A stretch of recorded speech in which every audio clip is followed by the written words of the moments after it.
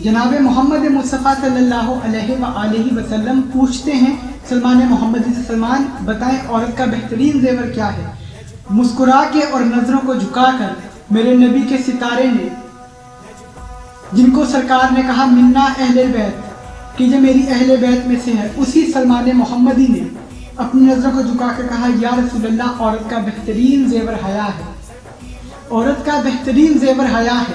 مسکرا کے سرکار محمد سلمان سے پوچھتے ہیں سلمان یہ جواب آپ کا نہیں ہے، یہ جواب آپ کا نہیں ہے۔ بس اتنا سننا تھا کہ سلمان محمدی نظر جھکا کر کہتے ہیں آپ کو تو معلوم ہے کہ یہ جواب کس کا ہو سکتا ہے؟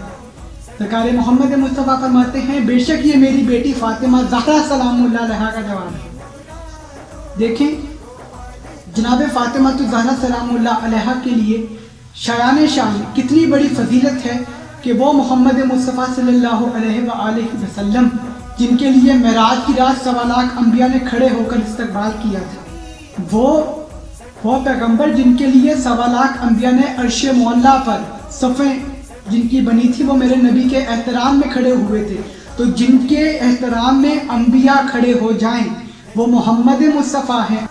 قرآن مجید میں ایک آیت ہے انا اعطیناک الکوثر، اے حبیب ہم نے آپ کو کوثر عطا کی، اور اسی آیت کے ترجمے میں اللہ کہہ رہا ہے جو دشمن محمد ہے، جو محمد مصطفیٰ کو کہتے ہیں کہ اولاد نہیں ہوگی تو نسل آگے نہیں چلے گی، دیکھیں اللہ نے کتنی بڑی فضیلت دی ہے سرکار محمد مصطفیٰ کو۔ باقی انبیاء کو بیٹوں سے دین چلوایا، یہاں بیٹی سے دین چلوایا، اور یہاں بیٹی سے دین چلوایا نہیں بلکہ نسل کو اتنا باقی رکھا کہ جن کے ایک پسر کے انتظار میں قیامت تک کو اللہ نے روک رکھا ہے، جن کے ایک بیٹے کی آمد کی خاطر اللہ نے قیامت کو روک رکھا ہے کہ وہ آئیں گے دنیا میں عدل و انصاف قائم کریں گے، وہ ہیں جناب امام مہدی علیہ السلام۔ جناب فاطمہ الزہرا کی اولاد کو یہ فضیلت بخشی کہ جن کی اولاد کی وجہ سے ابھی قیامت رکی ہے، اس پاک بی بی کا نام فاطمہ زہرا ہے۔ ایک ہوتی ہے عطا، یہ جو قرآن کا ترجمہ ہے ہم نے آپ کو کوثر عطا کی، کسی کو ویسے دینا، ایک ہوتی ہے عطا ایک ہوتی ہے جزا۔ یاد رکھیں کہ عطا وہ ہے کہ جو حد سے زیادہ محبت میں دے دی جائے، مہربانی میں دے دی جائے۔ قرآن محمد مصطفیٰ کے لیے جزا تھا، رسالت سرکار محمد صلی اللہ علیہ وسلم کے لیے جزا تھی، نبوت رسول اللہ صلی اللہ علیہ وسلم کے لیے جزا تھی، رسالت میرے نبی پاک صلی اللہ علیہ وسلم کے لیے جزا تھی۔ یہی وجہ ہے فاطمہ زہرا سلام اللہ علیہا عطا ہی، قرآن جزا، نبوت جزا، رسالت جزا، فاطمہ زہرا عطا۔ کیوں؟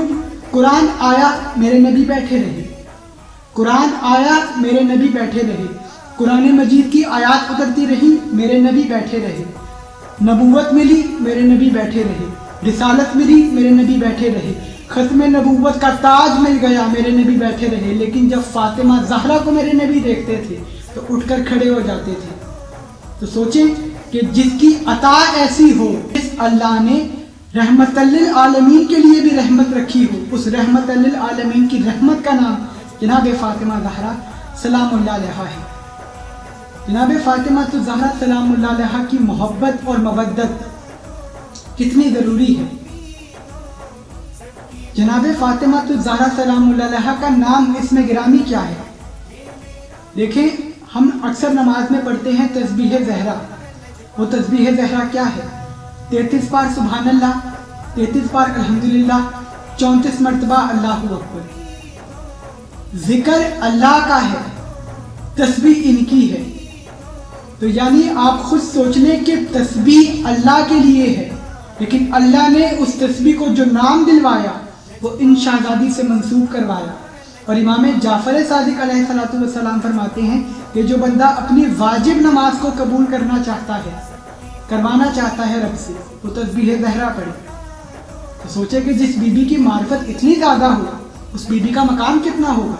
حدیث کے ساتھ سب کو معلوم ہے، حدیث کے ساتھ سب کو معلوم ہے، حدیث کے ساتھ میں ایسا کیا ہے کہ پیغمبر اکرم اپنے جسم میں درد محسوس کر رہے ہیں، میں ایک سوال جہاں کروں گا یا رسول اللہ، اگر آپ کے جسم میں درد ہے، آپ کسی حکیم کے پاس جائیں، دنیا تو آپ کے پاس آتی ہے لیکن آپ کے پاس ہے، آپ تو اللہ کے پاس جائیں.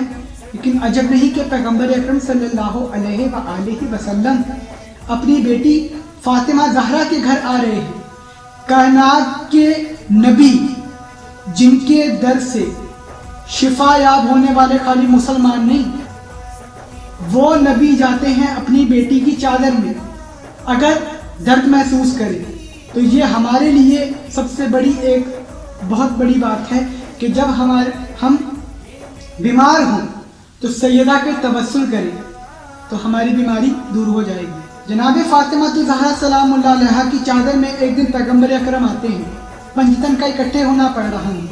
جناب فاطمہ زہرا سلام اللہ علیہا حدیث کے ساتھ آتے ہیں اور کہتے ہیں بیٹا میں اپنے جسم میں درد محسوس کر رہا ہوں.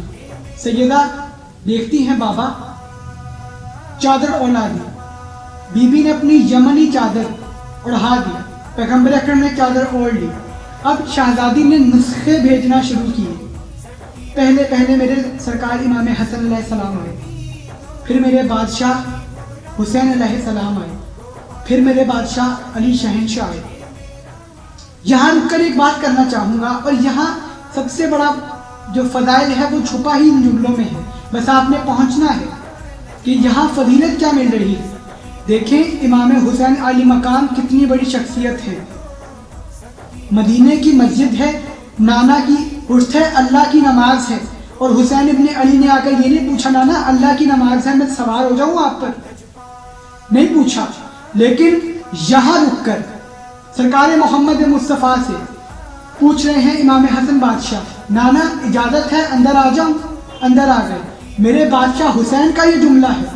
امام حسین علی مقام پوچھتے ہیں نانا اجازت ہے اندر تشریف لے آؤں. وہ حسین مزاج کے جو بادشاہ ہیں، وہ حسین جو مزاج کے بادشاہ ہیں، وہ حسین جو اللہ کی نماز میں نبی سے پوچھے بغیر سوار نانا کی پشت پر ہو جاتے ہیں، وہ سیدہ کی چادر کے باہر کھڑے ہو کر نانا سے پوچھ رہے ہیں نانا اجازت ہے میں اندر آ جاؤں. تو یہاں ایک بات طے ہے، امام حسین علیہ السلام نے دو باتیں ہمیں بتا دی کہ اللہ کی مسجد اور ہے، سیدہ کی چادر اور ہے. اور یہاں حدیث کی صاحب میں پھر واپس آؤ، سرکار محمد مصطفیٰ نے چادر اوڑھی ہے نا، اور امام حسن علیہ السلام آ کر پوچھتے ہیں اماں میں نانا کی مہک محسوس کر رہا ہوں. امام حسن علی مقام کا آپ مرتبہ جانتے ہیں کہ جو نانا کی گود میں بیٹھ کر لوح و قلم پہ لیتے ہیں، وہ اپنی والدہ کی چادر جس کو رسول نے اوڑھا ہے اس میں اپنے نانا کو تلاش کر رہے ہیں. یہ دو بہت اہم چیزیں ہیں. بی بی کی سیرت پر بات کروں تو بی بی کی سیرت کچھ ایسی ہے کہ جناب فاطمہ زہرا سلام اللہ علیہا 9 سال باپ کے گھر، 9 سال شوہر کے گھر، اور 4 دفعہ مسکرائی. پیغمبر نے جب یہ اعلان کیا کہ علی سے ہے، ستارے نے آ کر سجدہ کیا جناب فاطمہ زہرا سلام اللہ علیہا کی دہلیز پر. اب بھی اس بی بی کا مرتبہ دنیا پوچھتی ہے. اگر سرکار محمد مصطفیٰ، یہ ایک جملہ ہے اس کو سنبھال لیجئے گا، یہ بہت گہرا میں الفاظ کہہ رہا ہوں، اس کی ڈیپلی جائیں تو جناب سیدہ کی عظمت بیان ہوتی ہے کہ فجر کی نماز کے لیے پیغمبر تب تک مسجد میں نہیں جایا کرتے تھے جب تک فاطمہ زہرا سلام اللہ علیہا کے دروازے پر آ کر میرے نبی یہ الفاظ نہ کہہ دیتے تھے السلام علیکہ یا اہل البیت. جب پیغمبر اتنے بڑی ہستی ہو کر اللہ کی نماز میں جانے سے پہلے پیغمبر اکرم اپنی بیٹی کے دروازے پر آ کر سلامی کرتے ہیں اللہ کی بارگاہ میں جانے سے پہلے، تو یہ ہمارے لیے سوچنے کا مقام ہے کہ اہل بیت کا دروازہ کیا ہے، یہ اہل بیت کا مرتبہ کیا ہے کہ اللہ کی نماز میں حاضری دینے کے لیے پیغمبر بھی اگر سب سے پہلے اپنی بیٹی کے دروازے پر جا کر سلامی دیں. یہ مرتبہ ہے جناب فاطمہ زہرا سلام اللہ علیہا کا. جناب فاطمہ زہرا سلام اللہ علیہا کی زندگی کو پڑھیں. اگر پیغمبر اکرم اپنی بیٹی کو دیکھ کر احتراماً کھڑے ہوتے کسی وجہ سے تو ہر باپ کے لیے سنت تھا کہ وہ اپنی بیٹی کو دیکھ کر کھڑے ہوتے، لیکن نہیں. یہاں وجہ یہ تھی کہ جناب فاطمہ الزہرا سلام اللہ کی عصمت کا وزن اتنا تھا۔ حدیث قصہ کے آخر میں کیا ہے؟ جناب جبریل امین نے اللہ سے کیا پوچھا تھا؟ میرے اللہ چادر کے نیچے کون ہے؟ اللہ تعالیٰ کو کہنا چاہیے تھا محمد مصطفیٰ ہیں، محمد مصطفیٰ کی بیٹی ہیں، محمد مصطفیٰ کے بھائی ہیں، محمد مصطفیٰ کی نواسے ہیں، لیکن نہیں۔ حدیث قصہ میں کیا ہے؟ پیغمبر اکرم چادر کے نیچے ہیں اور پنجتن جب اکٹھے ہوئے ہیں، جناب جبریل امین نے سوال کیا ہے یا اے میرے مالک چادر کے نیچے کون ہے؟ تو پھر پیغمبر اکرم کہ خدا نے اللہ تعالیٰ نے کیا فرمایا؟ اللہ تعالیٰ نے کہا اے جبریل امین فاطمہ زہرا ہیں، ان کے شوہر ہیں، ان کے باپ ہیں، ان کے بچے ہیں، ان کا باپ ہے، ان کے شوہر ہیں، ان کے بچے ہیں، ان کا باپ ہے، ان کے شوہر ہیں، ان کے بچے ہیں۔ تو یہاں سے اللہ نے ایک چیز بتلا دی کہ عرش پر اگر ان کا تعارف ہوا تو جناب فاطمہ زہرا کی وجہ سے۔ اور میثم عباس کے ایک نوحے پر بین لگایا گیا کہ یہ لعنت کرتے ہیں، کہ یہ لعنت ہے، غلط چیز ہے۔ میں ایک یہاں طالب علم ہونے کے ناطے ایک سوال تمام امت مسلمہ سے پوچھنا چاہتا ہوں کہ اگر ہمارے سامنے کوئی کہے کہ حضرت محمد صلی اللہ علیہ وآلہ وسلم کے دشمن پر لعنت، تو پوری قوم کہے گی بے شمار لعنتی ہے۔ تو میں یہ کہنا چاہوں گا جب حضور کے دشمن پر لعنت سوچ کر نہیں ہے نا، وہ کوئی بھی ہو، تو جناب فاطمہ زہرا، جناب امام علی، جناب امام حسن، جناب امام حسین، آل محمد و آل محمد کے ہر زندہ اور مردہ دشمن پر لعنت بے شمار۔ اگر حضور کے دشمن پر لعنت سوچ کر نہیں ہے تو جناب فاطمہ زہرا سلام اللہ علیہا کے دشمن پر لعنت سوچ کر نہیں کی جائے گی، وہ کوئی بھی ہو، کیسا بھی ہو۔ جو حضور کا دشمن ہے، ان کی اولاد کا دشمن ہے، جس نے نبی کی اولاد کا دل دکھایا ہو، وہ لعنتی ہے۔ بلکہ میں قرآن سے ایک چیز آپ کو دکھاتا ہوں۔ قرآن مجید میں سورہ لہب ہے، اللہ نے قرآن مجید میں سورہ لہب اتاری۔ ابو لہب کون تھا؟ چچا تھا، سگا تھا، جو تھا، لیکن چچا تھا۔